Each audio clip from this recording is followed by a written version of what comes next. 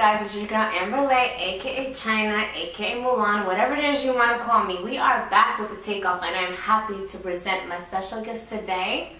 Nobody, please introduce yourself to the audience. What's good? It's your boy Nobody, NBDY. Check it.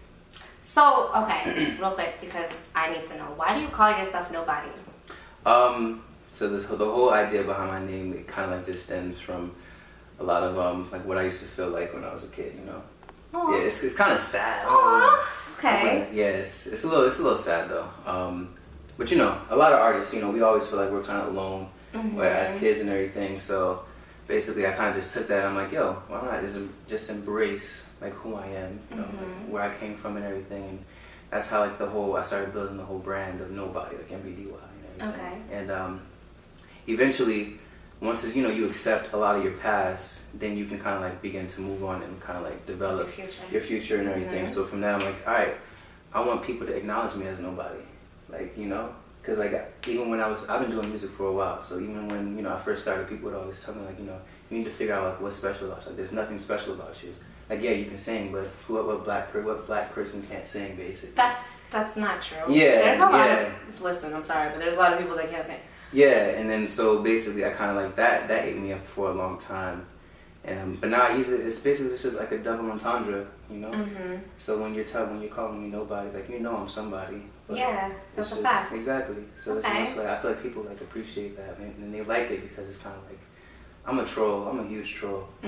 So like that's just kind of like one of the ways that I troll people. Like, oh, I'm Nobody. Like, what? No, don't call yourself. Yeah, which is, you're like, oh, remember when I was just like, Tyler doesn't like Nobody, and it's just like, wait, that's not really what I meant, but you know what I'm saying? Yeah. So, where were you born or raised? I was born in Newark, New Jersey. Okay. I was, I traveled a lot. Not traveled, but I was like, you know, city to city, town to town. I moved a lot when I was a kid. But I lived like the most of my time between Irvington and Orange, New Jersey. I graduated high school in Orange, went to middle school in Orange. Okay. A lot of my friends are from Orange and stuff, so I usually play Orange. I went to Seton Hall, if that counts. You went to Seton Hall? I went to Seton Hall. We didn't like Seton Hall. Why didn't you like Seton Hall? Because y'all are bougie. No, we're not. What do you mean we're bougie? How are we bougie? We always Orange High School, like our school, like around when I was in school, like everybody used to always like we kind of like had like this little, not a beef. Our real beef was with West Orange High School. So we had nothing to do with that. That's what the real beef was. But whenever like Seton Prep, like kids came around, we were just like, man. I went to Seton Hall University, not Seton Hall Prep, so don't put me in that category. Okay, that's different. Okay. That's different. But anyways, when did you start doing music? I started doing music professionally when I was 17. I started a YouTube channel with my manager, and from there on, basically started the whole development process. But before that, I started writing when I was 13, like 12, 13 years old. How old are you now? I'm 23 now. You're a baby. Okay, you're a baby. Don't tell your age. You tell me your age now. I'm 27. 27? I'm about to be 28 in like 2 months. Alright. You are a baby. But it's a good thing because you're also you're a very talented baby. Thank you. I appreciate it. You're welcome. So people are calling you the hottest thing to come out of Jersey. How do you feel about that? I don't know how I feel about that. I mean, it's definitely like... A lot of people are saying it. I'm not even gonna lie. I don't even know how to take it. Like I told you, like I call myself Nobody, basically. Like, you know, I always felt like a nobody. So I'm starting to realize, you know, like a lot of the cool kids are like the kids who were like loners. Like a lot of the cool kids now, now we're like all the people who were like loners and stuff, you know, who just began to accept who they were. Yes. And that's basically what the hardest part was.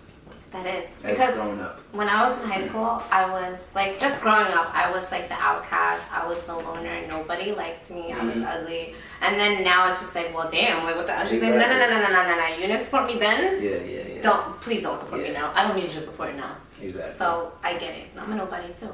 So your music is, I like to describe it as gracefully dark and beautifully eerie. Because you keep it real, but you keep it real in such like a sensitive R&B vibe-ish way, and it's so dope to me. It gives me like weekend vibes. So who would you say that your inspiration is? Well, for my sound, I would definitely give, you know, credit to the ambient, and like I was very into like James Blake, Frank Ocean, Neo growing up. Like Neo was actually one of the first, like he's the reason why I started writing music in the first place. Neo. I love Neo myself, so yeah. Neo, he's the man. But you know, Drake, around the whole time, like throughout high school, Drake was really popular. He dropped Nothing Was the Same. He dropped Take Care, that album, and then he also dropped his first album too. And those are two very, very big albums that impacted me, you know, as a songwriter. And The Weeknd, his trilogy, just the way that he rolled everything out, like his marketing for his entire brand, that really inspired me a lot. Because it's like, you know, nobody knew much about The Weeknd until he was ready for people to know who he was. Until he showed the world what his vision was. And that's, so I do take from The Weeknd in that sense, because I feel like for people who's always been doubting me all my life, in order for me to really show them what I'm about, I have to kind of like just put it out there for them to interpret themselves, you know, without any type of like distractions or anything. Just do it the way that I want to do it. Yeah, that's really it. Lauryn Hill's a big one for me too. Like Lauryn Hill, you know, of course. Like, of course. I grew up around like the whole Fuji Rock camp and everything back in the 90s. My dad used to be a artist on the RCA. He was he used to be signed to RCA under Wyclef and his brother Sadet. So that's kind of like, that's another. That's part of dope. roots. Actually, I didn't know Yeah, that. I kind of like grew up around a lot of celebrities. So you grew up around talent. Yeah, I grew up around a lot. So that's why you're the hottest thing to come out of Jersey. You guys don't get mad at me. You guys don't leave angry comments. But listen, I'm sorry. Like that's what he's been called. So I gotta call that out. So you recently just dropped a fire track with m.rose. It was called Talk About Us. Yeah. And that song has been on repeat for probably 2 days when I first heard it, and it's still on repeat now. Your verse is just so bomb. Like how did that even come about? m.rose, she played the track for me on FaceTime, and I was like, yo, that's crazy. Then I came over to bass crib, and she was just like, yo, I did the second verse, but I kind of want like a different perspective on it. So I was like, all right, cool, that'd be dope. So it was me, her, and Bay, and then my boy Kurt, who just he's from Atlanta. We were all in the room, just, you know, working it out and everything. So he actually wrote the first half of that verse. But me and him, we were kind of just like, yo, let's just like talk about, you know, how like, you know, bitches is to be thinking that like, you know, we're not, you know, doing what we're doing on the side, like that we just gonna wait up for them and everything and this and that. So it was fun. It was like very natural and organic. So you recently just talked about Bay. Aren't you working? I saw you in the studio with her as well. You're working with her as well? Yeah, we're working on a track together right now. What are you guys cooking up? I want to know what you guys are cooking up. I mean, I don't know what she's gonna use the track for, but it's just super. You know, anything that Bae does is crazy. It's fire. Shout out to Bae. Shout out to Mom. She's actually gonna be on the show in a couple weeks. Yeah, shout out for my to women Bae, empowerment episode. She's crazy. So She's dope. She's crazy, and I freaking love her. She's so small, but I fucking love her because she's just like me. Yeah, her personality's awesome too. Like you fall in love with her. Yeah, because she's just so about supporting people in general. Like you don't have to be the talented person, but she just supports you if she believes in you. Yeah. She rides out for you 100%. I love that about her. Yeah. So her and Queen Bee. Shout out to Queen Bee. Do you have any other collaborations coming up, Jersey wise? No. To be honest, I'm not really very like Jersey in the Jersey scene. Okay. To be honest, like I'm very all over the place. I have a lot more ties in LA. As you should be. I have a lot of ties in LA, a lot of ties in Toronto and stuff like that. But I'm kind of like just really starting to get like, you know, my feet wet in this area, like in Jersey and New York and stuff like that. Okay. So I heard there's a new single coming up. Do I get to know the title of it or not? Well, we're working on. We're actually working on. Right now I have Wolf Season out on my SoundCloud. It's like a SoundCloud playlist. I'll be dropping that as a full length album later on in the year. Okay. Yeah. So we're working on a couple tracks to kind of like, you know, tag that all up, and then the next single that I drop will be, you know, supporting that. Okay. Basically. So do we get a little acapella? Acapella of what? Of the song? No, not the song. Of something? Okay, fine. We're not gonna do that acapella of the song. What? I thought you were about to give in. Damn. You kept going on. Cause I thought you were gonna give in. I mean, Can you give in? That's the next question. Let's go on and then. All right. Because I gotta think about the song. I gotta think about which song I'm gonna sing. The story and the motivation behind the new single coming up.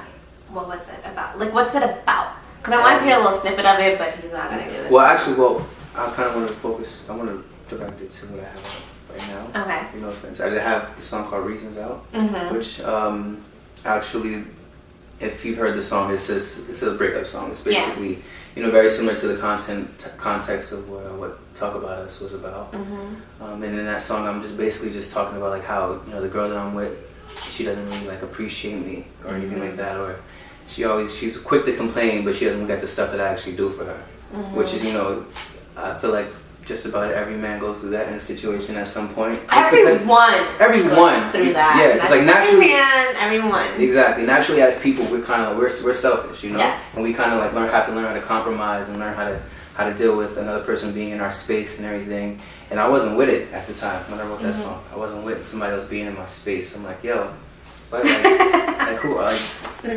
Yeah. So, yeah, I was kind of like just fed up. And I didn't want to break up with Shorty at the time, but... Oh, so this is a real life thing that you... Yeah. Oh, okay. But it was going in that direction. Okay. It was going in that direction. And I just wrote that song because I wanted her to understand, like, I love you and like everything that I do for you. I don't really want you to... I don't want you to miss out on it, basically. Because I know that you really do like, have love for me and everything. I know we worked so hard for what we got. So let's continue to work on it. It fell apart not too long after that. Like it just all fell out. But sorry. You kind of look so sad talking about it too. Like, it's all good. I do look sad. A little bit. Like I'm just talking about it, you can kind of. It's a sad story, so I gotta make you feel it. You feel me? So okay, so we're gonna talk about Lights Out. Inspiration behind Lights Out. What's that about? Because I know it's about. I know what it's about, but I want to hear it from you. So Lights Out. Basically, my boy, shout out to J Biz who produced that song. My boy J Biz, he's from Sweden. Actually, he sent me the track. From Sweden? Yeah. Okay, international nobody. Yeah, shout out to Sweden. Shout out to London. Shout out to all y'all.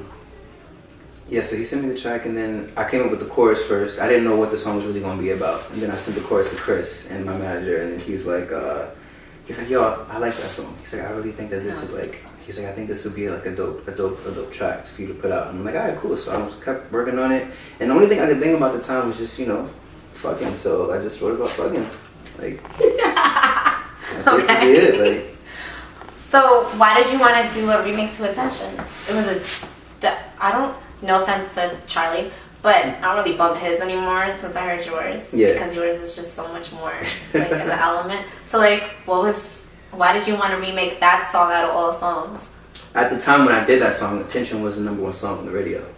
So, of course, it was kind of like, I was trying to introduce myself in an appropriate way. I was using a song that was popular, but I wanted to put my own spin on it so people would respect me for, my artistry, rather than just, okay, you have a good voice and you can sing this other person's song. But, my plan worked because everybody who hears that song thinks that it's me that sang it versus... actual Charlie Puth, like no disrespect to Charlie Puth, but like I just said, just like Charlie. I really do admire him as a songwriter. He's really dope. No, he is.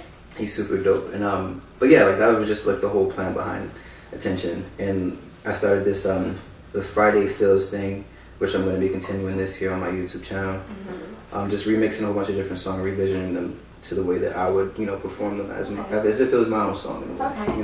I like that. That's actually really dope. Thank you. That's dope. So besides that, do you have any other upcoming projects? I have the album, like I told you. I'm working on some other things right now, but I don't want to say too much, I don't want to say too much. He's holding out on me, guys. Like, you gotta hit him up. Hit up his Instagram and be like, you should have told Aaron everything because we're trying to find out everything about you. Okay, so I'm gonna respect that. Thank you. Alright? Thank you very much. What are the deepest lyrics you ever wrote? The deepest lyrics I ever wrote, I definitely would say, I have this song called Solo with my friend Waju. I wrote that song, another song about, not being appreciated, but... do girls not appreciate you? I'm not... I feel like that's a thing. I feel like girls, women, don't really appreciate like good men. Mind you, they are very rare and hard to find. So I feel like not a lot of men talk about not being appreciated. Everybody feels unappreciated at some point. Mm-hmm. So that's why I talk from the perspective that I talk at. Because yeah, we do our things, we do our shit, like make us lose trust and this and that. But it's the things that women do sometimes to kind of like push us in that direction. Now, before you come at me, like not every woman is as mature as you yourself might be. Okay. Okay. I look at myself as a very mature man, mm-hmm. and when it comes to knowing what I want in a relationship, I would expect that, and I always communicate that. So a lot of times, if it doesn't work out the way that I want it to, mm-hmm. you gotta take those measures. Okay, I understand that. So, what is your favorite song thus far? Right now, what is your favorite song right now that you ever wrote in the history of your music career? Oh, that I ever wrote? Yes, that you wrote. I think "Used To" was a really big song. I always loved that song. Reasons is a really, really dope song. Like I really loved the hook on that one. It was really fun writing it. Like that's the best that I ever felt like after writing a song. Okay. Basically, because it's like everything that I wanted to say about my situation right there, and I kind of like got it all out. So that was one of my favorites. So for those of you who don't know the song, could you do a little snippet for them, or you're gonna decline me on that too? Chris, I'm looking at you. This is sharp. Yes. Okay. You giving me reasons. Though I got choices, I won't let you know it. Girl, you keep on adding to my reasons. It's like we've been talking and our hope is floating up high in the air. I'm hardly breathing, but I'm breathing. All the pain and love you gave, but still I'm leaving. So goodbye to my love. You give me reasons. Did you feel that? Because I felt that. Like I felt that all in my heart, all in my soul. Like your music puts me in my feelings. As it should. Thank you very much. That's definitely my goal. Maybe I shouldn't say this, but I'm gonna say it anyway because it's my show. Especially when you're high and you listen to your shit. Yeah, it's just like, damn. Like I feel like I want to be loved. I feel like I want to be loved. All right, we're gonna steer past that. If there was one song out right now that's on the radio airways that you could hop on, what song would it be? And I low key want to hear, I high key want to hear how you would go about it. That's a crazy one. I don't really listen to the radio that much. I can't say that I don't because I get in trouble for that. But obviously, like, I do kind of like know what's on the radio. I'm a big fan. Like before I started writing R&B music, not before, but like I like pop music. I write pop music and stuff. So I'm kind of like a big fan of like Haley Steinfeld, which she has this song called that's Issues. Different. Okay. Yeah, like no, I'm a big pop writer. I like Haley Steinfeld. SZA, of course, is like everything to me. I love the All the Stars song with Kendrick that she has. Okay. Like that's one of my favorite songs right now. How would you go about that song? I don't even know, to be honest. But that's the song that you eventually want to hop on. I probably wouldn't even want to hop on that song. That song is just I need a song that you're gonna hop on. I don't know. I never thought about that. So you're gonna think about that, and you're gonna tell me what you feel about that. So, what would you want your legacy to be in this industry? My legacy? Yes. I just want to be. I want to be known just for being who I am and being able to relate to people of all different creeds, colors. Because me and the person that I am, I don't really I don't ever want to put no type of I don't ever want to put myself in any kind of box. Okay. When it comes to what I do and what I can do, and the type of people that the amount of people that I inspire to touch is worldwide, and it's multiracial. It's everybody that I want to touch. So like I want to make sure that my content appeals to everybody in some type of aspect. While still remaining true to myself, and I feel like the people who eventually kind of become those diehard fans, they'll really that's what they'll say. Like, no matter what he did, he'll always treat himself and this and that. And I work hard as fuck. Like, I'm a very, very hard worker. And I take my craft very seriously. You know, like I've been doing music for the past 6 going on 7 years, and you know, I'm just now starting this whole nobody thing. But I've been, you know, working on my artistry for so long, and you know, I just can't I can't just like do whatever with it. I have to make sure that it's, you know. You want to make sure it's right and it fits you. I've been doing it for so long. The only way that I would continue to do it is if, you know, if it's on some iconic shit. Well, in a nutshell, I'm gonna tell you right now, you're becoming iconic. That's for sure. It's the hottest thing to come out of Jersey. That's what I'm hearing about this man sitting right next to me. So, do you have any advice for upcoming artists? Just mainly just stay true to yourself. I always tell people, like my friends, I always tell, you know, anybody who wants to become an artist, so then just understand who you are first before you try to become, because taking a role as an artist, you're becoming an influencer. So you need to understand who you are, otherwise you'll lose yourself. If you don't know who you are, between, you know, labels trying to sign you, trying to turn you into what they want you to be, or, you know, you just kind of like trying to hang out around the in crowd because, you know, you think that's what's cool. You know, so ultimately just like try to, you know, understand who you are, get yourself in your creative cloud, surround yourself by people, you know, who love you for who you are, and, you know, always, you know, respect you and, you know, encourage you to, you know, continue being who you are and everything. Like when it comes down to music, when it comes down to sports, whatever it is that you like I was a person who was very afraid to like things that weren't like the norm. Yeah, like, or if my brother didn't like this, or if my cousin didn't like this, or if my friends didn't like this at school, maybe like scared to like it. Yeah, I was scared to like it because, like, you know. But now I'm the kind of person that like just puts everybody on, like, yo, you heard this person? That. Yeah, I embrace that now exactly. because like now I know that I wasn't tripping. Like everybody else was just bugging. Like everybody's just crazy. Everyone else is in a little hole. Honestly, like I love that. That's probably one of the best advice pieces on the show so far. So next up, we have the Struggle and Strength segment, which is my favorite segment because we're gonna take you out of your artist persona for a second, and we're gonna get to know you as a person. You don't have to state your name because you know artists are crazy with stating their government names, but you don't have to state your real name or anything like that. But we're gonna get to know you. So we celebrate struggle and strength, we celebrate growth on the show, which is why it's called the Takeoff, because anybody on the show, I believe, and my team believes, that you are going to take off. Whether you're popping now or whether you're not popping now, but you are popping now, so you have nothing to worry about. You're going to take off regardless. So my first question for you is, because a lot of fans do look at you and look to you for inspiration, whether it's through your music or through your Instagram posts or through your stories. What was one situation that made you kind of want to be like, yo, I give up on music, I'm done. But it didn't get you there, but what was that one thing that got you so close to that? Because people want to hear about that, because y'all are, okay, Chris the manager is laughing as well. Okay, wait. So I need to know the story.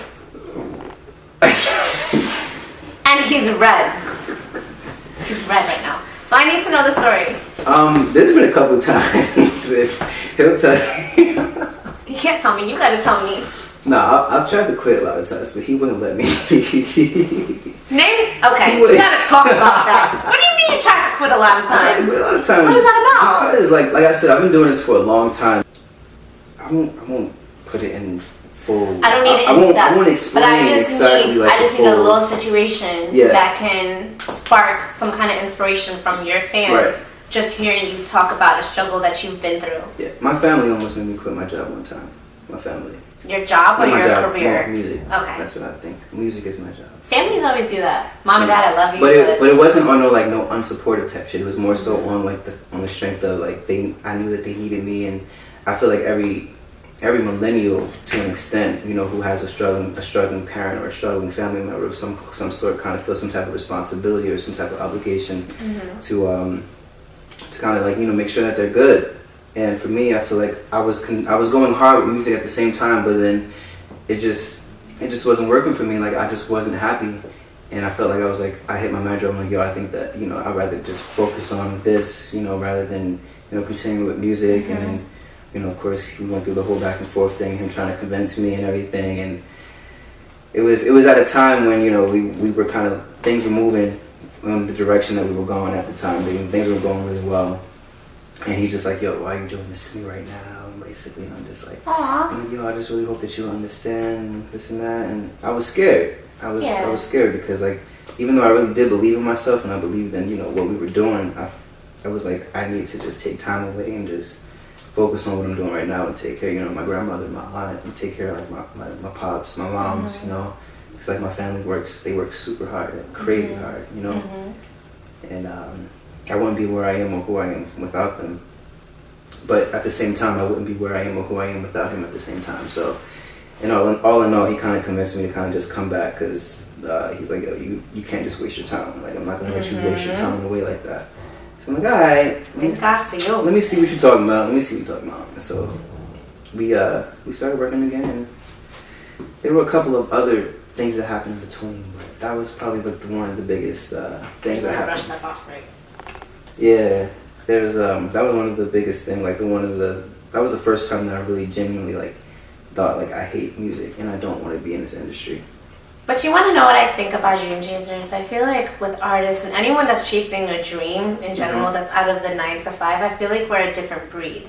Because we deal with so much pressure and so much constructive criticism, and we deal with the lack of, and I'm not going to lie, everyone that is an entrepreneur deals with the lack of money at one point or another, and we still have to find the strength to push on. So we're a different breed because we're stronger than most humans out there, because if this was easy, everyone would be doing it. And you do have amazing talent, so thank God for Chris for not letting you give up, because we might have to find you and whoop your ass if you did that.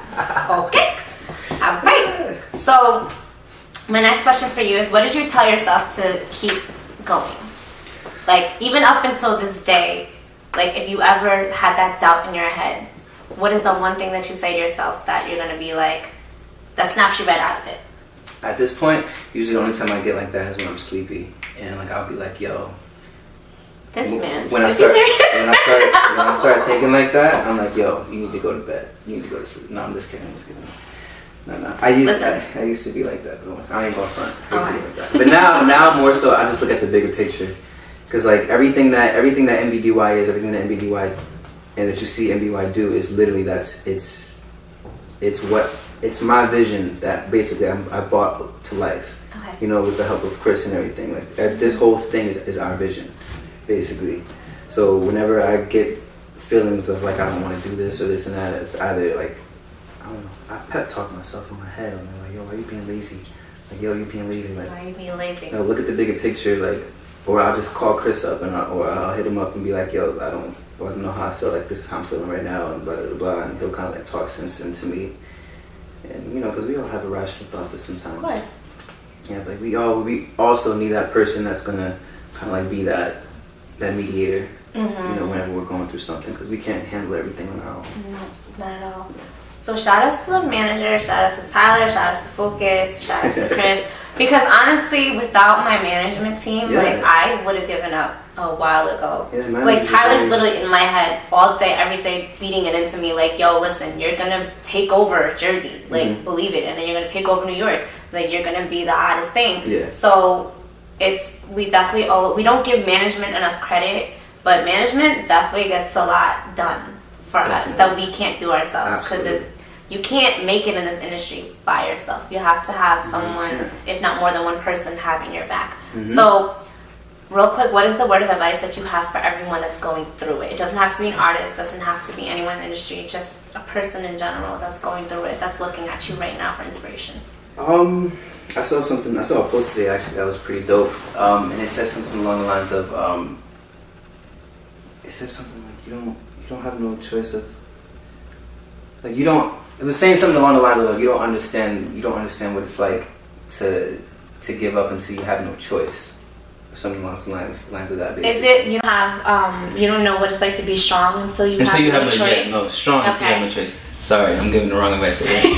But you don't have a choice, but you don't really understand what it's like to be strong until you have no choice. And that's like the truest thing that I could say, because a lot of people, it's if you either you give up, you want to commit suicide, or you don't want to live anymore, you don't want to do this or blah blah blah. It's either that or you continue to persevere and keep on going, and I think we've all been there before. We've all been there before. Definitely all been there before. And that's something that I had to learn. I think we all have to learn that. Yeah. We definitely all have to get used to that feeling. So, last segment on the show, it's random. We talked about dating, we talked about your favorite things. So real quick, what is your favorite color? Blue. I was expecting that. Okay. Favorite food? My favorite food, damn, it's hard. I'm vegan right now. Are you? Yeah. Why is everyone turning vegan on me? Don't nod your head, because you're definitely not a vegan. My favorite food is hard. I like Brussels sprouts. What? I like Brussels sprouts. Is this for real? Yeah. This is a real answer. Yeah, what? Brussels sprouts? I'm a healthy person. I'm very healthy. Very healthy. Do you hit the gym? I used to love chicken. Yes, I do. Are you sure? Positive. 5 days a week? Not 5 days. I used to. How many days a week do you go? I used to actually lift. Like, I used to, like, train. But then I fell off, like, when I wanted to quit music. And so what are you going to do when you have to be on stage and take off your shirt? I'm going to take off my damn shirt. I'm always be ready. Like, I'm always ready. I'm always ready. That's... Alright. I'm always ready. Favorite restaurant? There's a spot in the city called Chloe's, by Chloe's. It's a vegan restaurant. It's like a fast food restaurant. I like it. Yo, my trainer takes me, because she's vegan too, so she takes me to all these vegan spots, and like they're so good, but at the same time it kills me, because it's just like I could be having real chicken. Shout out to Tori Key, but like I could be having real chicken right now. Yeah, if she takes you to a spot where it's like comfort food, is basically, you might as well just be eating real. We went to this spot in I forgot what it was called. It was like a soul food vegan spot in New York, and it was so good, but we also waited 2 hours to get into it. And I was highly upset because I get very angry when I'm hungry. I forgot. I think it was located in like Queens or Brooklyn or something. Yeah, I don't really go out there too much. But yeah, Chloe's is my favorite spot. It's like a chain restaurant, but so long fucking wait. I'm so irritated. All right, favorite drink. Favorite drink, Jack Daniels. So with Jack Daniels and what? Just Jack Daniels on the rocks. Straight whiskey. Lucky for you, we have a bottle of Jack Daniels honey on that's Friday actually night. My favorite. So you could drink that on the rocks. Dope. I've been poured for you. Yeah, I like wine too though. Wine, between wine and whiskey. Probably shouldn't mix the two. I always mix it too. Do you fall asleep? Are you sure? Positive. I mean, eventually I go to sleep. Don't we all go to sleep? I'm just... Yo, alright. Favorite TV show or favorite movie? Because a lot of people don't watch TV anymore. My favorite movie, I have a couple, but name them. Right now, like my favorite movie is Kill Bill. Kill Bill. Hi. Quentin Tarantino. That's a crazy movie. Quentin Tarantino. I love film. Quentin Tarantino. He's a great director. I love all his films actually. That and then The Lion King. That's two very extremes, that's right? kind of cute. I like two that. Extremes. Okay, that's kind of cute. Favorite song, not by you. I love Usher's song. Baby tonight, DJ got us falling in love again. Okay, DJ, that's different. I like that song. That used to be my ringtone when I woke up in the morning, my alarm. That song actually makes me very happy because it's such an upbeat kind of move. Gets you turned up, right? Mm-hmm. Get you turned up. That's a fact. He's shaking his head, but what is your sign?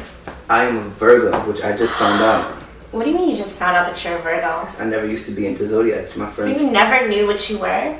When did you find out you were a Virgo? Well, a couple of people would tell me, they would say you're a Leo or you're a Virgo or you're this, but nobody would ever give me the same answer. So, m.rose actually, she looked up online. She's like, I'm gonna look up right now what you are. Okay. She looked me up. She's like, you're a Virgo. Okay. So I'm a Virgo. I was born August 24th. One of my really close friends is he knows everything about horoscopes. I have really good friends that are Virgos. Mm-hmm. Amani's a Virgo. Tyler's a Virgo. Yeah. We're very logical people. We're very logical thinkers. You guys are too logical. Yeah, we're super logical. Very logical. You guys like to think everything out. You guys want everything to be perfect to the T. Everything has to be right. Beyonce's a Virgo, so I can't even She's perfect. I'm proud to be a Virgo. Most Virgos I know are really, really dope. You guys are very kind-hearted. You guys are very sweet. Mm-hmm, and you guys are you're also very business-oriented. Mm-hmm. And if you get in the way of that, they'll be quick to cut you. I mean, I don't do that. Well, I wouldn't. Well, Tyler doesn't do that either. But Tyler's a Virgo, and if everything's not the way he wants it, he loses. That's his my mind. manager's job. Tyler's my manager, so it all works out. You feel me? So I'm happy I'm a Virgo for my manager. All right. So, are you single or are you in a relationship? I'm single right now. My question for you is, what is the hardest thing about dating in this industry? I've never dated somebody that's been in the industry. I don't advise it. Not that I haven't been attracted to anybody, but just like everything that I do is like relationship-wise, relationships are just too deep for me to get into a relationship with somebody who's doing the same that I'm doing. Because like I know, you know, the girls that I have dated, like the feelings that they've had towards me, basically because of what I do. I know I might be able to understand, but like still there'll be that separation from us. And I want to see, but you're in Milan somewhere doing something, or like you're in London doing something. I can't see. Like I think it's hard. It gets kind of hard. But I really haven't dated anyone in this industry before. So you want someone outside of the industry? Yeah. Because you want something that's your own. To be honest, like what their profession is doesn't even really like matter to me. It's more so about their personality. Right. Like, I like somebody who I can relate to. Like, you know. Right. I don't date in this industry because my thing is like I have to share my life with everyone as it is. I don't want to have to share my relationship and my man. Like you might get a glimpse of who he is. I don't think that's important. But like it's I don't think it's really important. For me, everything that I do is about the art. Like I don't care if people like. I don't really care too much for people to understand, like, oh, you know, what's his personality like? Is he like, is he funny? Is he this or is he that? Like, listen to my music, understand who I am first, and you'll figure it out. Like, it's in my art, you know. Okay. So, what would it take for you to settle down? I'm asking this because I have female fans that would love to know this, and I know you have female fans that would love to know this as well. That are probably plotting on your ass, to be honest. So. What would it take for me? That's a big question. Like, what is that one quality? I'm thinking about that right now. Like, I'm not. You're not gonna be saying this in 2 years when you're 25 and you're just like, shit, 30's 5 years away and I want to settle down. I want to marry somebody that I would consider my best friend. That's all I can say. If I think that you're my best friend, like, if I like being around you more than I like being around my boys or any of my friends, then why wouldn't I want to marry you? Like, that's true. You know? Okay. I like the way you looked at that. Yeah. Thank you. So, no. Thank you, Fed. We're gonna wrap this up. This is the takeoff. I'm m.rose, aka China, and okay, you guys gotta subscribe. Subscribe down below, that little red button, that little box. You subscribe. So I'm gonna let nobody who is actually a somebody sign up for us. So I need you to put your Instagram, all your social media, your Twitter, everything. You guys can follow me on all of my social media, even my website. Everything is out. Is NBDY. Out is NBDY. So Instagram, Twitter, YouTube, SoundCloud, everything. He made it easy for you. I'm m.rose, aka China. Mine is Vietnam __ on Twitter and on Instagram. It's a pleasure having you. Remember to subscribe and thank you for being here. You definitely blessed the show. Thank you. Thank you. Over and out. You already know.